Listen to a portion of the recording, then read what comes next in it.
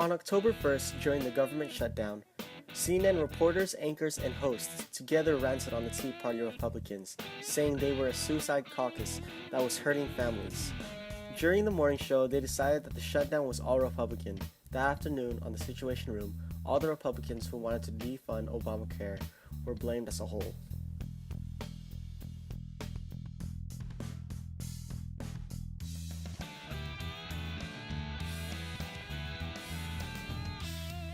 In this article, it is showing media bias by story selection because it puts out a liberal point.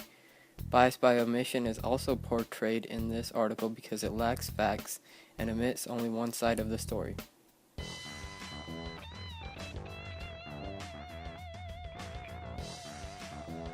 Style tea. Does that come with the pizza as well too, Susan? Well, you know, Kara, this is a party for Obama bashers. I have to say that this is not entirely representative of everybody in America. This was organized by 3 different conservative groups. And if you look at some of the signs, Kara, let me introduce you to this guy. Would you come over here with me, please? You know, what is this supposed to mean? What do you mean by that?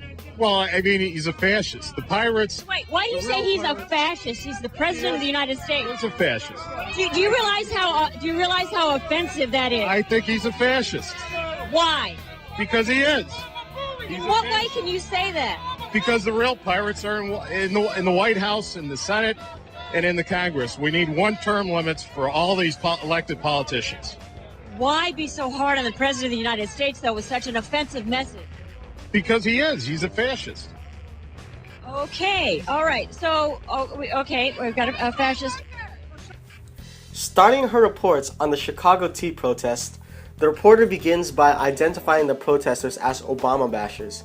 She then begins to interview one of the protesters, continuously interrupting and asking for a valid explanation as to why the protester believes Obama is a fascist. She then moves on to the next protester, talking about Obama and his connection with Lincoln. Before he can finish his point, the reporter immediately cuts him off and gives her personal opinion, embarrassing the protester with his 2-year-old in front of live television. By concluding her report, she proclaims that the protesters are anti-government as well as anti-CNN. The report is biased beyond all reason by story selection. The reporter argues with the conservative protesters using a liberal point of view and attacking them to prove them wrong.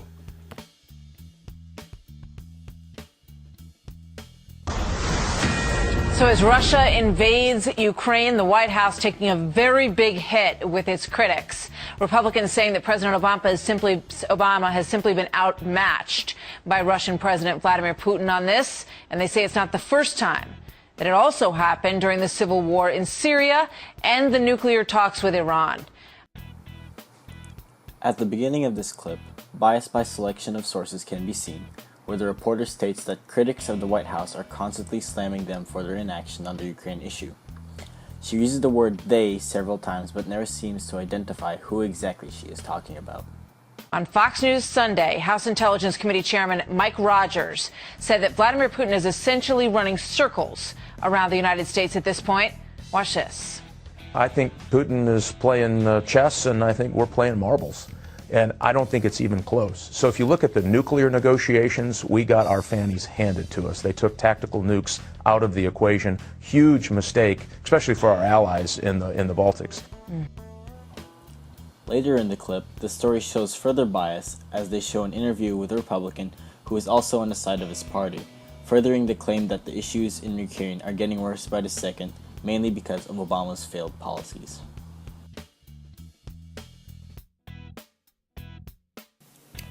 This upcoming segment from Al Sharpton's Politics Nation demonstrates the left-wing bias this program has in response to right-wing comments. This specific example would be bias by spin. Bias by spin occurs when only one interpretation, in this case the comments made by Gary Johnson, with the exclusion of the other, is present. Sharpton attempted to make the liberal ideology look better in this situation.